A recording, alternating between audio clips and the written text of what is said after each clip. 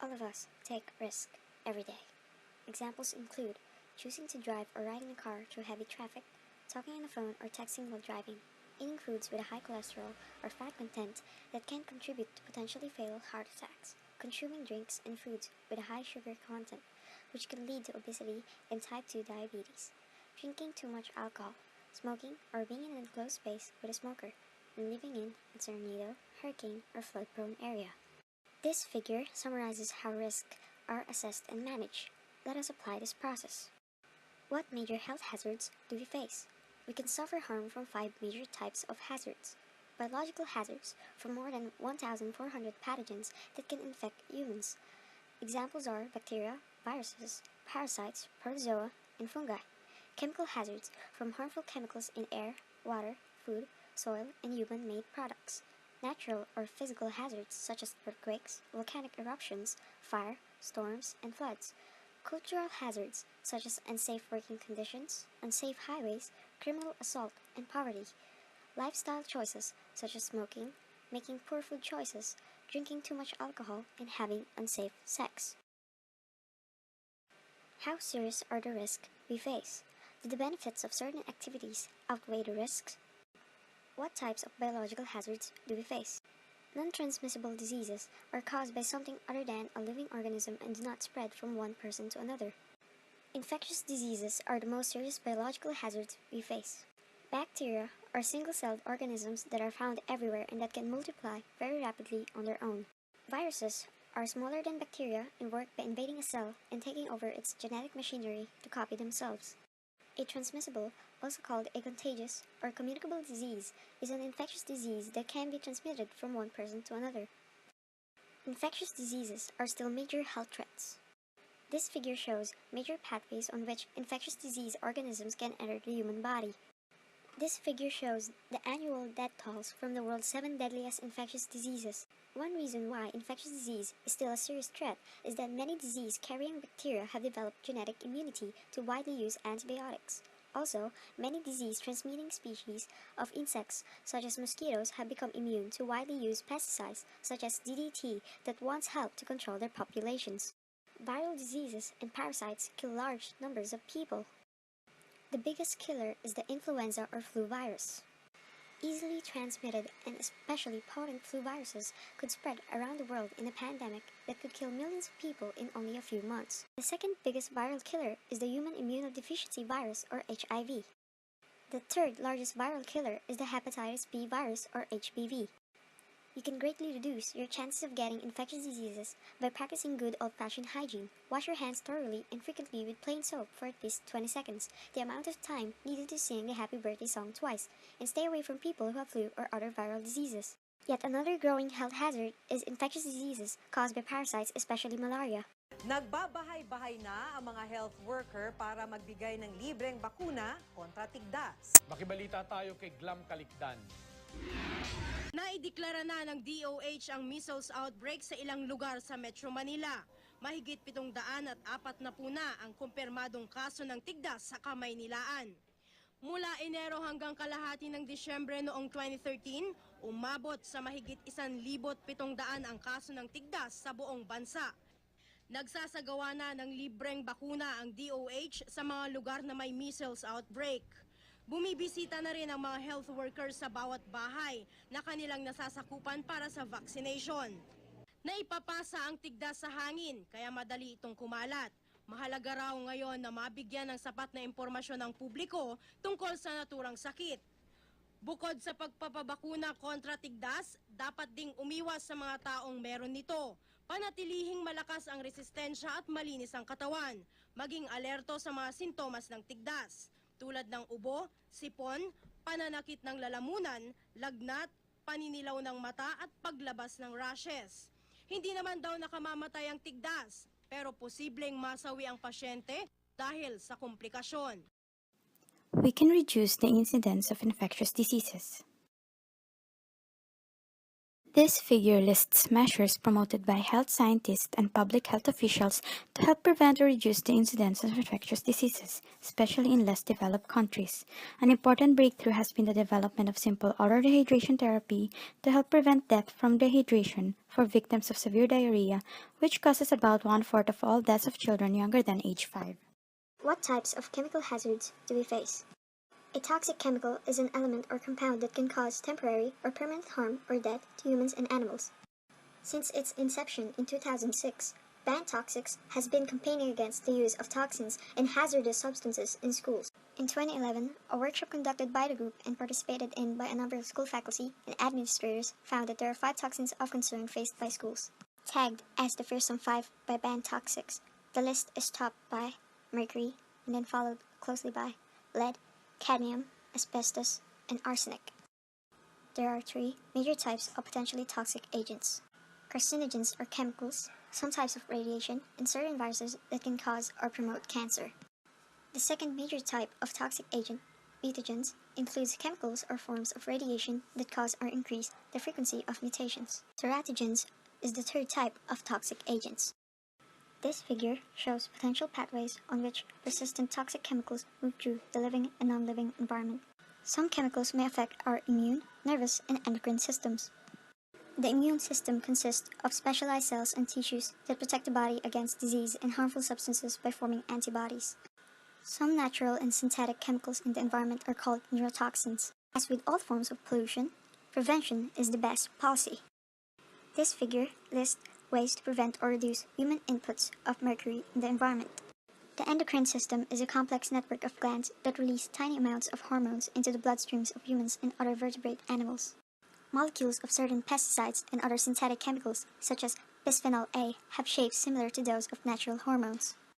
Some hormone imposters are chemically similar to estrogens and can disrupt the endocrine system by attaching to estrogen receptor molecules. Others, called hormone blockers, disrupt the endocrine system by preventing natural hormones, such as androgens, from attaching to their receptors. Estrogen mimics and hormone blockers are sometimes called gender benders because of their possible effects on sexual development and reproduction. There is also growing concern about another group of HAAs, pollutants that can act as thyroid disruptors. Just this 20th of January, supporters of Eco Waste Coalition gathered outside the Department of Health office in Santa Cruz, Manila to urge the government to ban the use of bisphenol A in infant and other consumer products. It is fairly easy to use alternatives to baby bottles and other products that contain BPA. However, it is difficult to replace the plastic resins containing BPA that line food containers and that help prevent food contamination and spoilage. Consumers now have more choices since most makers of baby bottles, sipping cups, and sports water bottles offer BPA-free alternatives.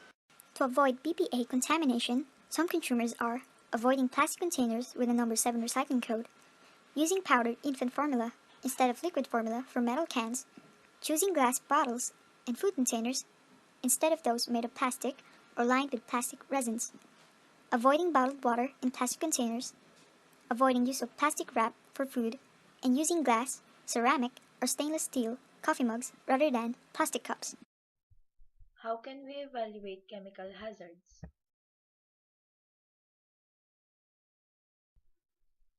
Many factors determine the harmful health effects of a chemical. In effect, it is the study of poisonous substances. Toxicity is a measure of the harmfulness of a substance.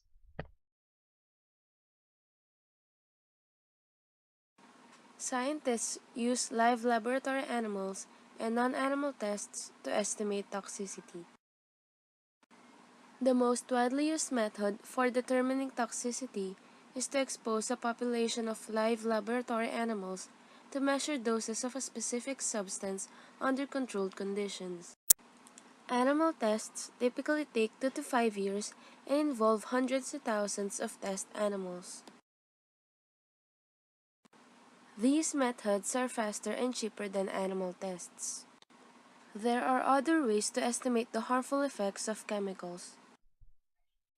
First, Case reports. Another source of information is epidemiological studies. 4 factors can limit the usefulness of epidemiological studies. Are trace levels of toxic chemicals harmful? Almost everyone who lives in more developed countries is now exposed to potentially harmful chemicals that have built up to trace levels in their blood and other parts of their bodies. Should we be concerned about trace amounts of various synthetic chemicals in air, water, food, and our bodies? We do not know because of too little data and difficulty of determining the effects of exposures to low levels of these chemicals. Why do we know so little about harmful effects of chemicals? According to risk assessment expert Joseph V. Rodrigues, toxicologists know a great deal about few chemicals, a little about many, and next to nothing about most. Because of insufficient data and the high cost of regulation, governments do not get to strictly supervise of most of the commercially available chemicals.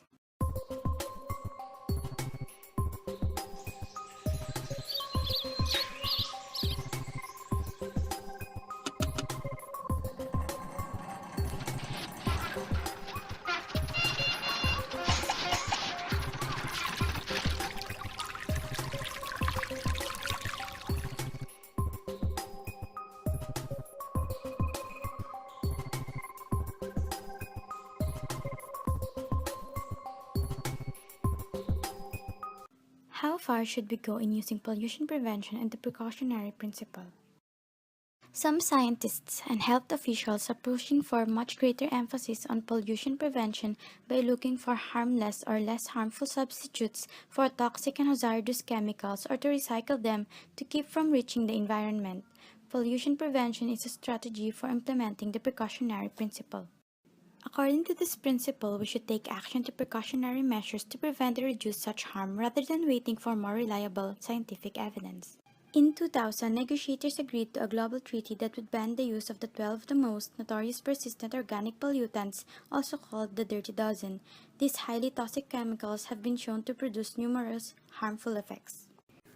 How do we perceive risks and how can we avoid the worst of them?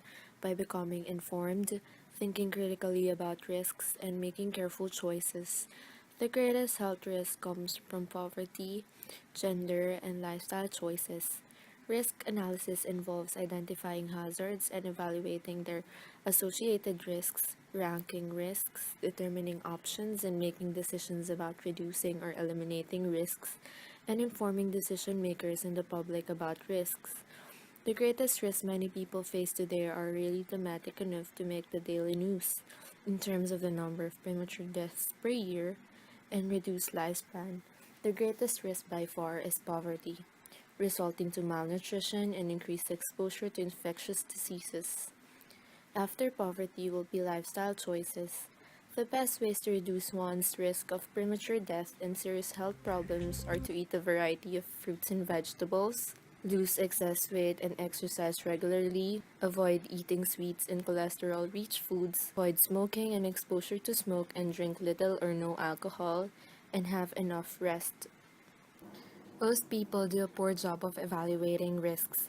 Many people deny or shrug off the high-risk chances of injury from activities they enjoy, such as motorcycling, smoking, and driving.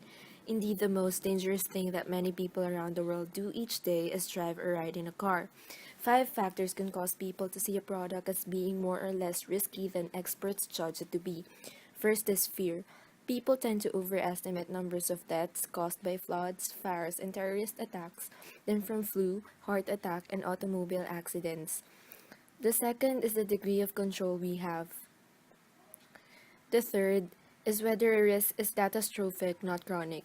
We usually are more scared by news of catastrophic accidents than we are of a cause of death of smoking, which is a much larger death toll over time.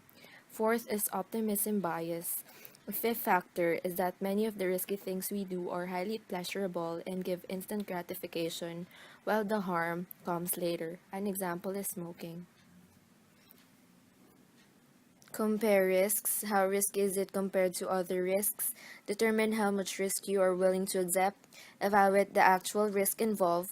The news media usually exaggerate the daily risks to capture interest. That's why most people believe that the world is much more risk-filled than it really is.